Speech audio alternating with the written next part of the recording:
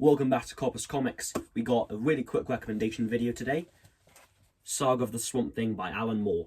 So this is a dark era of comics. So it's like 80s and 90s, beginning of Vertigo. This basically kicked off Vertigo of darker, more meaningful, more topical political stories. Like John Constantine, Sandman, Swamp Thing, all that type of stuff. Watchmen, all during this era, those big dark titles.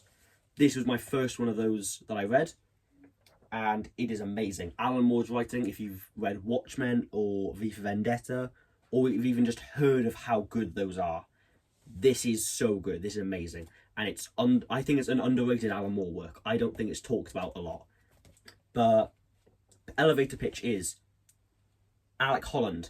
He's this scientist. He's working on a chemical to help plants grow better. Some guys don't like this. They go there, they beat him up, they knock him out, they blow up his lab. He dies in the process, but he comes back as the Swamp Thing, a horrifying creature with like connection to plants and the green, as it's called, kind of like the lifeblood of the planet. And he finds he has control and connection to it. There is a lovely image of him there.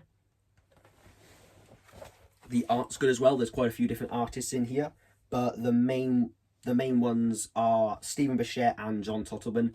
In the later books, because I'm talking about the entire box set here, in the later books there are some other artists, but those are the main ones. Steve Bichette, John Totleben, they're co-team. But this is a really, really big, important book.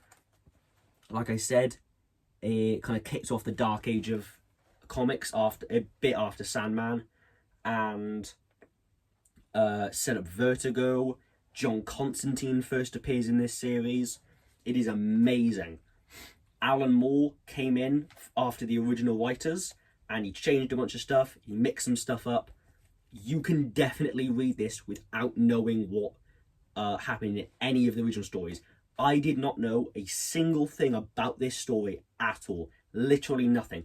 All I knew was Alec Holland dies in a fire, comes back as Swamp Thing. That is it. That's all I knew. And I understood this perfectly.